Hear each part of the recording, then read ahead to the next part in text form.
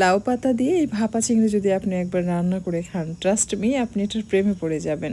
এত অল্প মশলায় এত মজার একটা রান্না, আসলে তৈরি করে না খেলে কেউ বুঝবেন না।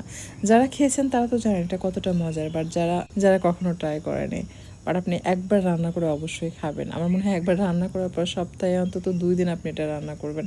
তেল মশলা ব্যবহার খুবই কম, বাট এতটা মজার। এই ধরনের রান্না যখন আপনি খাওয়া শুরু করবেন, দেখবেন প্রায় সময় এই ধরনের ডিফারেন্ট ডিফারেন্ট স্বাদের রেসিপি আপনি ট্রাই করবেন। তো আমি বলবো অবশ্যই একবার ট্রাই করবেন, আর যদি ট্রাই করেন আমাকে কমেন্টে এসে কিন্তু লিখে জানাবেন আপনাদের কাছে কেমন লেগেছে।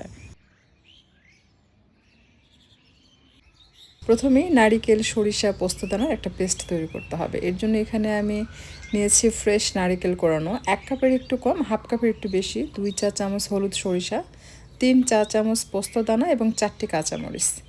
সরিষা অ্যাড করার পূর্বে অবশ্যই পানিতে ভালোভাবে ওয়াশ করবেন, কারণ সরিষার মধ্যে কিন্তু মাটি থাকে।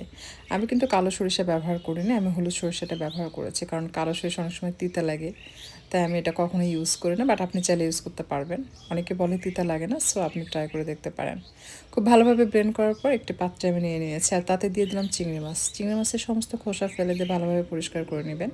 অ্যাড করে দিলাম হলুদের গুঁড়া 1/2 চা চামচ, মরিচের গুঁড়া 1/4 চা চামচ এবং স্বাদ মতো লবণ। সেই সাথে সামান্য সরিষার তেল দিয়ে চিংড়ি মাছের সাথে এটাকে খুব ভালোভাবে মিশিয়ে নিতে হবে। আমি আস্ত কয়েকটি কাঁচামরিচ দিয়ে দিচ্ছি, দিয়ে এটাকে মিশিয়ে নিচ্ছে।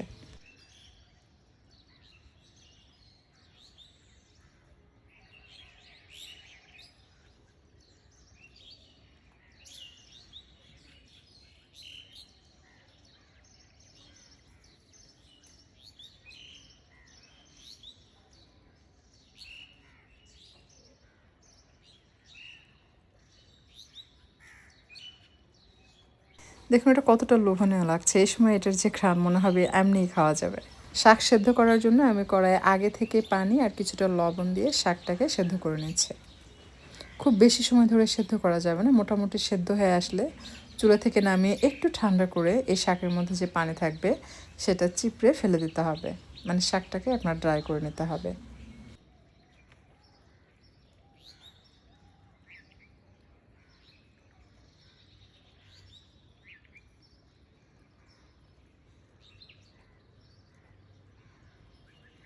এবার লাউ পাতার সাথে চিংড়ি মাছকে ভালোভাবে মিশিয়ে নিয়েছি, আর যেটাতে ব্লেন্ড করেছিলাম সেটা ধুয়ে একটু পানি দিয়ে দিচ্ছি।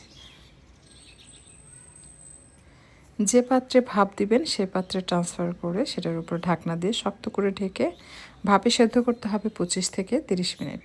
আমি ওভেন প্রুফ কাচের বাটিতে নিয়ে নিচ্ছি।